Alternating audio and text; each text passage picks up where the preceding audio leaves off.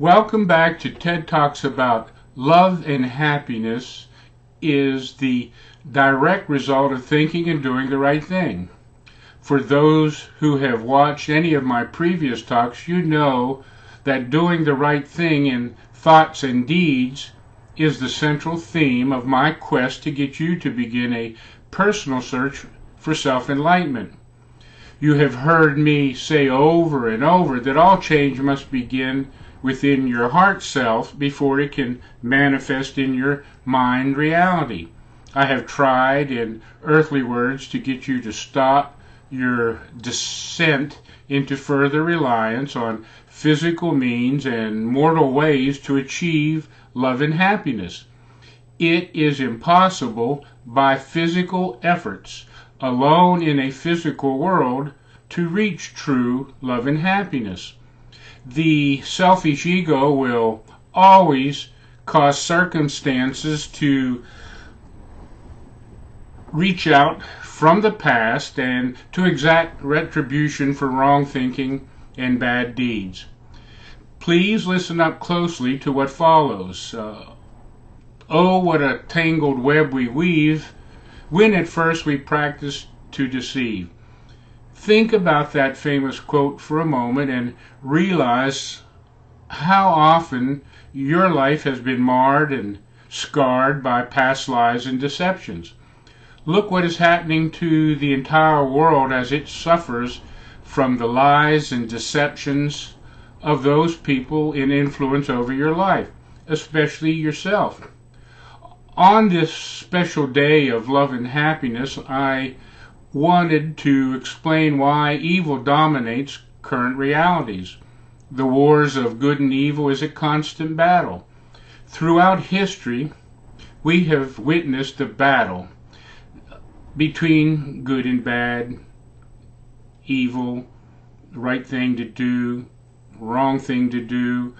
We struggle with this thought process on a moment-to-moment basis. Exactly 1 year ago, I wanted to begin my truth talks, but as is the case, unwanted circumstances and difficulties arose that kept delaying and prolonging and forcing me to put them off. And as I've said in previous talks, the circle of life, or the wheel of time, repeats itself over and over and over and over and over, to where when we rely totally on the physical world to make our thoughts and our decisions, we will repeat the same mistakes over and over again. I am making the transition from my physical world words to a more spiritual connotation in the words I'm about to use as we go forward. I have tried to explain that the battle, the struggle within each of us is between the physical selfism, where we put our me-first realities above all others, including our family and friends at times, and the struggle with that voice inside of us, that spiritualism, or that spiritual connection to the universe, or to the Creator, to the all-encompassing consciousness that started the ball rolling in the beginning. I had hoped that right off the bat I'd be able to reach out and touch the hearts and minds of our youth who are really going astray. The internet and the ability to utilize it for evil and for selfish purposes is constantly being exposed as the villain it is. If we don't get a good grip on our own spiritual reality, this physical world is going to continue to take us down the wrong path. I have tried to explain that all our choices that we have made in the past have gotten us to this point in time. Everything is over and done with that happened a second ago, yesterday, a year ago, or 10,000 years ago. The only reality is the reality that we are flowing with right now at this moment in time. I have tried to get you to realize that the only way you can change reality going forward is through an honest sincere desire and will and courage to do the right thing for yourself and those immediately around you. I have sort of gotten carried away with trying to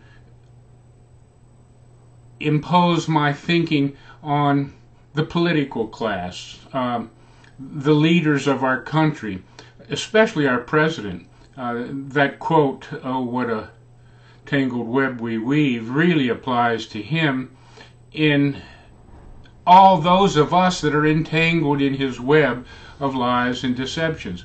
He may sit in the White House and alone and say, "I am doing the right thing because that is what I have been programmed and conditioned to think and believe." But what if his thoughts and those of those mentors and teachers and family members and people that influence him were wrong?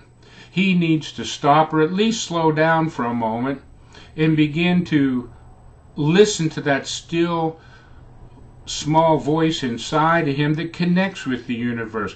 Because he is not the president of a few. He is not the president of those who agree with him. He is not the president of the liberal progressive mind. He is the president of the United States of America and the world. The world perceives him as the leader of America. America is no longer the melting pot, as I said in previous discussions. It has become the slot pot of ideas where everyone who thinks or has the opportunity to get someone to listen to them influences them to the point that they become Gestapo political police, trying to enforce their views onto others. Our country was founded on the principle of life granted by the Creator, liberty guaranteed by our Constitution, and the pursuit of happiness, which is an individual choice. Our choices get us to where we are right now at this time in our lives, in the universe. I have been trying desperately to get you to begin a search for your own truth. Get off the bandwagon of someone else's noises and chatter and blathering in most cases. We see it constantly. I saw yesterday the most disturbing information that they're taking young girls in California and creating them into politically correct police. They're getting out and saying that our police intentionally kill black kids. However, that is the furthest from truth and reality. But said enough, touted enough, as Al Sharpton and Jesse Jackson and many of the race baiters do, the black community is beginning, or at least some of them, are beginning to believe that to be true. The only way, and I really beseech President Obama to realize this, the only way to bring us all together is through truth, transparency, honesty, and facing reality as it really is. The black and white community have struggled, and history has pointed that out. But I have lived 71 years and have tremendous amount of black friends, and many of them are really, really good-hearted, just like many, many white people are good-hearted. However, evil, as I said, has been battling for the hearts and minds of the individual and the masses since the beginning of time, when the first two people stepped out of a cave and disagreed on what they saw.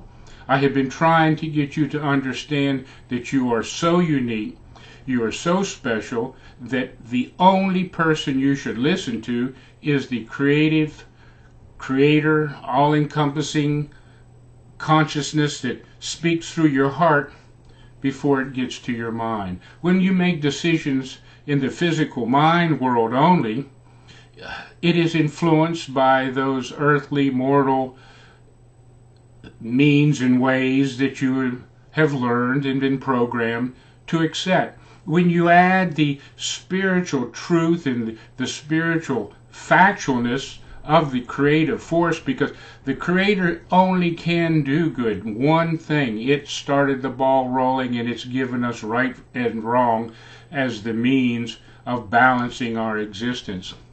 For those who don't want to accept this fact, pain and suffering and selfishness rules their world. We see it, like I said, constantly. This battle between good and evil has been going on for centuries. This battle between the Muslim world and the Christian world has been going on for centuries. Originally, it was called the Holy War. The Christian West fought the Islamic East. And sadly, that's just the way the cookie crumbles. That's the way the ball bounces. That's the way reality sort of unfolded. It doesn't have to continue. The only way the terrorists, the Islamic terrorists, or any terrorist, no matter who they are or where they are, can change is to begin this spiritual honesty that my God is better than your God crap that doesn't work. Or otherwise, one of these gods would have won out through truth and honesty. I believe that there is a happy, honest, loving awareness that can be developed, but it must be developed within. Therefore, I call upon the President and I call upon you to begin this search for truth and honesty within self before it can manifest in reality. So, as I've said in the previous ones, my book, Slow Down and Love, helps connect the dots of what I've been espousing over these last several months. And I really, really, really ask you to download the free version of Self-Enlightenment. It's on my website, tedtorok.com. It's available in Kindle and EPUB.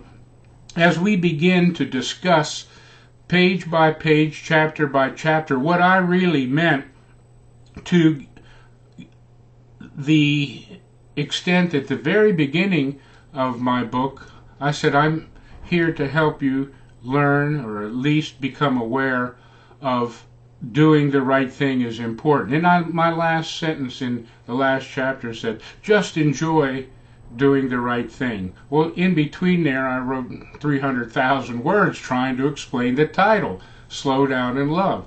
You must slow down your life enough to become aware that you need to love yourself, love the Creator, and in that process, love others.